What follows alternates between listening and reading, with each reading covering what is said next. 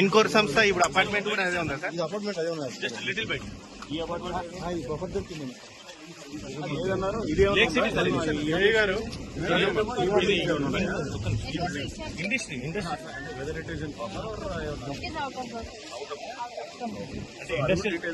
Industry టీజీఐఐసికి సంబంధించినటువంటి decide చేయాలి sir. Outlets అన్ని క్లోజ్ అయిపోయి